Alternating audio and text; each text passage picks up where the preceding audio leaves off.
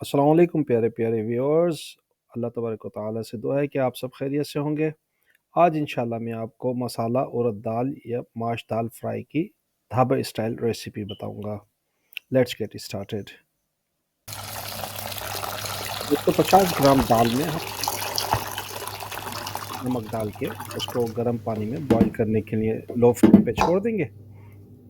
उसके बाद जनाब हम दो दरमियाने साइज़ की प्याज लेके उसको ग्राइंड करेंगे और उसको पूरे बना लेंगे। ये लीजिए ग्राइंड कर लिया हमने प्याज को अपनी। इसके बाद जनाब आधा कप ऑयल के अंदर हम 6 काली मिर्चें साबुत और 5 से 6 हम लौंग डालेंगे और उसके साथ ही हम इसमें एक लाल मिर्च शामिल कर लेंगे। हमारे यूके में लाल मिर्च नहीं होती, इसलिए हमने लंबी वाली मिर्च यूज़ की है। इसके बाद इसमें जनाब प्याज का पूरे डाल देंगे, ठीक है। और उसके साथ ही अभी हमने लो फ्लेम पे रखा हुआ है अपना चूल्हा। इसके साथ ही हम अब 2 टमाटर दरमियाने साइज़ के लेके उसका पूरे बना लेंगे, उसको ग्राइंड कर लेंगे। ये लीजिए जनाब हमारा टमाटर भी ग्राइंड हो गए। अब जनाब हमने जो प्याज का पूरे डाला था तो उसको हम हल्के आंच के ऊपर फ्राई करते रहेंगे। इसके साथ ही हम इसमें 3 दरमियान से काट के हरी मिर्चें वो शामिल करेंगे।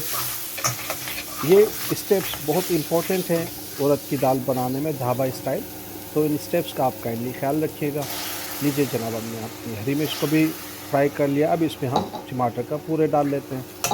ये लीजिए टमाटर का पूरे भी इसमें शामिल हो गया जनाब। तो हम तकरीबन 2 मिनट फ्राई करेंगे। उसके बाद ये लीजिए हाफ़ टी स्पून हमने एक लाल मिर्च शामिल कर ली पिसी हुई और उसके साथ ही हम इसमें हाफ़ टी स्पून हल्दी भी शामिल कर लेंगे। ये लीजिए हल्दी भी शामिल हो गई। हाफ़ टी स्पून हमने ये लीजिए नमक भी इसमें शामिल कर लिया। चूल्हा हमारा अभी तक लो फ्लेम पर है, हम इसको फ्राई करते रहेंगे मसालों को अपने। ये लीजिए हमारे मसाले फ्राई हो गए जनाब।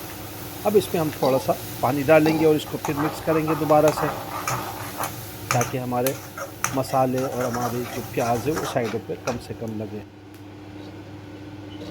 अब उसके बाद जनाब इसको हम लो फ्लेम के ऊपर कवर करके तकरीबन 5 मिनट के लिए इसको हम पकने के लिए छोड़ देंगे। 5 मिनट हमारे पूरे हो गए, कवर हमने हटा लिया। देखिए माशाल्लाह से हमारे जो मसाला है उसका कितना खूबसूरत कलर आना शुरू हो गया। जनाब मसाला हमारा तैयार हो गया। अब ये लीजिए हम इसमें अपनी उड़द की दाल शामिल कर लेते हैं।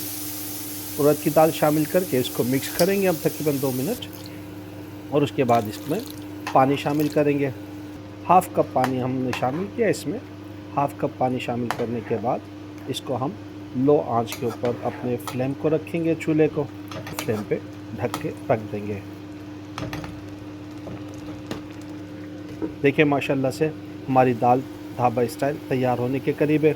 इसमें अब हैंडफुल जो है हम हरा धनिया शामिल कर लेते हैं और उसके बाद हरा धनिया शामिल करके इसको मज़ीद तकरीबन 2 मिनट इसको मज़ीद फ्राई करेंगे।